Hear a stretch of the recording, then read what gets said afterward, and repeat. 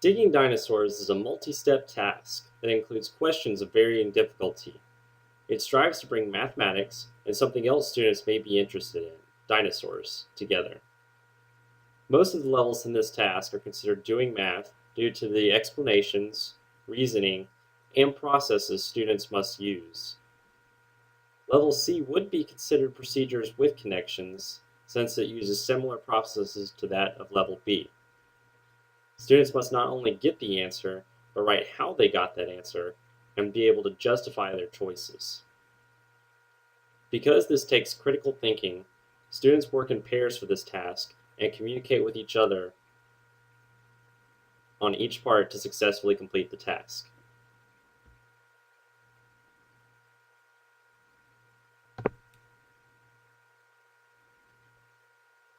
The first level is not looking for a correct answer, but rather an explanation of how they found that answer. The scenario students are presented with is that you are swimming underwater in a lake and you see dinosaur feet in the water. You don't want to go to the surface in case they are not friendly dinosaurs. Below is a picture of what you see. They then find how many dinosaurs are standing in the lake using that image. Did you answer 2, 4, or even 8?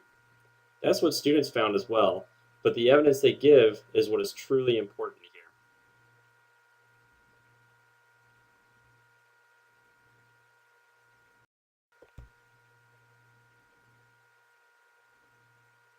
Level B is a little bit more complicated.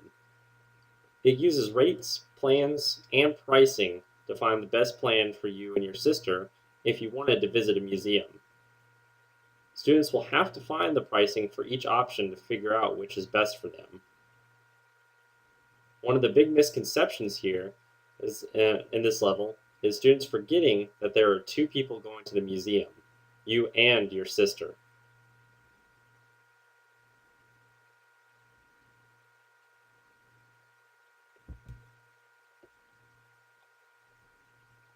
I'm sure you can already see why this level is considered procedures with connections. It is very similar to the previous level, but does also add some new variables for students to consider. The pricing is changed due to summer months. You and your sibling now want to go 8 times instead of 3, and the possible time for going is over a period of 3 months instead of 1. Although the first question in this task is basically the same as in Level B, the second part throws students for a loop. It asks students what plan would be best if you couldn't go as originally planned. This changes everything as students are able to explore different times going to the museum, multiple plan combinations, and other variables. There's really no right or wrong answer here, as long as you can back it up and justify your selection appropriately.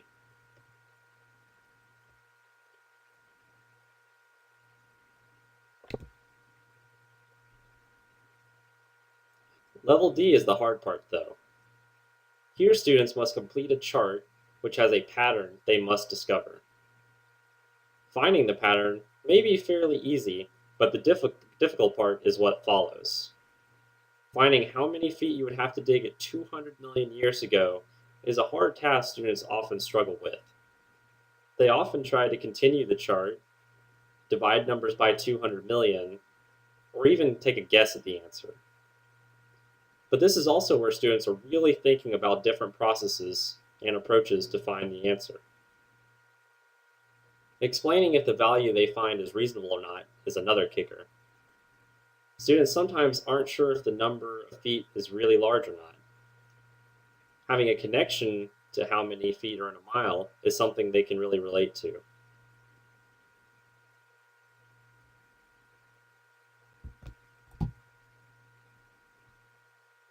This activity is really an introduction to exponents. They already have a good foundation on how to complete each level of the task, but it shows them about pattern recognition and finding rates over time. Each level can really be in its own grade level, with task A being a late elementary to early middle grades question, B and C being middle grades, and D being an early high school question. But with that being said, It's also a task that is easily differentiated. Adding or subtracting parts of this task can easily make it more or less difficult. Giving students more time to work on it, grouping 2 to 4 students, or even completing it individually gives this task a whole different dimension. It's easy to fold this task to meet your students' needs.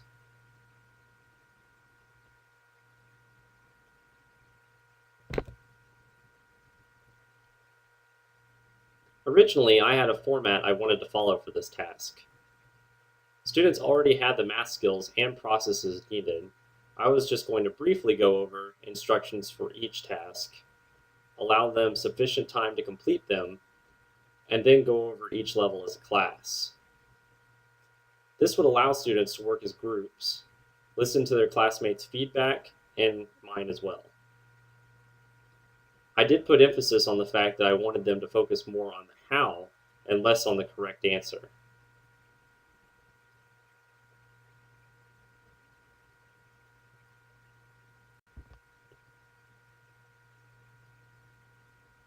Students learn from this task in many different ways.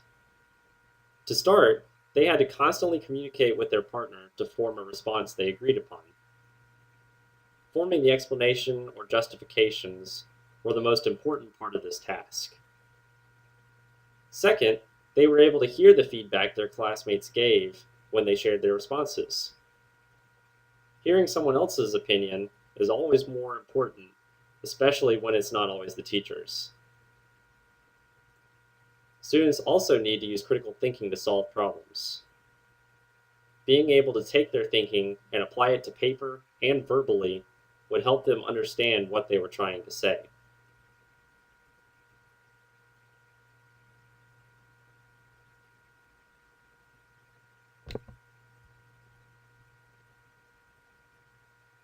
Some changes I made were mostly due to time constraints. I really wanted to dive into level D more than I had the chance to. There were parts that I felt more important for them to understand. If I had the time, I would have had students graph level D. After graphing, I would want students to realize they could find what feet to dig at 200 million had their graph been large enough. Also, I wanted the students to see that it did not start at 0. If you go to the present, according to this data, you would be looking for recently deceased dinosaurs at 6 feet, which wouldn't make any sense.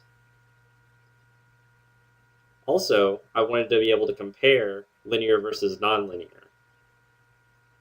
Task D obviously has a linear correlation with the data, but tying it to exponents would show them that exponential equations would be nonlinear. Because I didn't get the chance to focus on these parts of level D, it became much less advanced of a problem than I wanted it to become.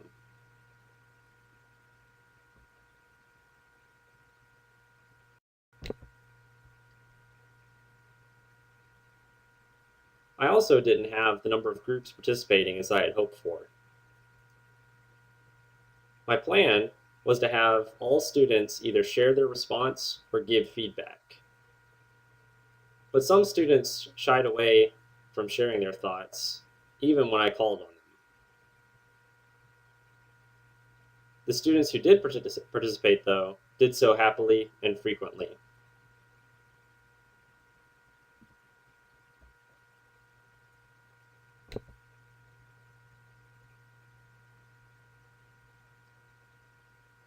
I intended for the task to be all open-ended so students could really think about the questions instead of just answering them. They would need to go through different approaches, processes, and scenarios to reach their conclusions. I also wanted students to analyze student responses because this places a higher level of cognitive demand on them. It forces students to take in information and then discuss why or why it wasn't reasonable. Being able to justify their responses with communication was another factor that I intended for them to use, as students rarely communicate in mathematics, and this gave them plenty of opportunities to do so.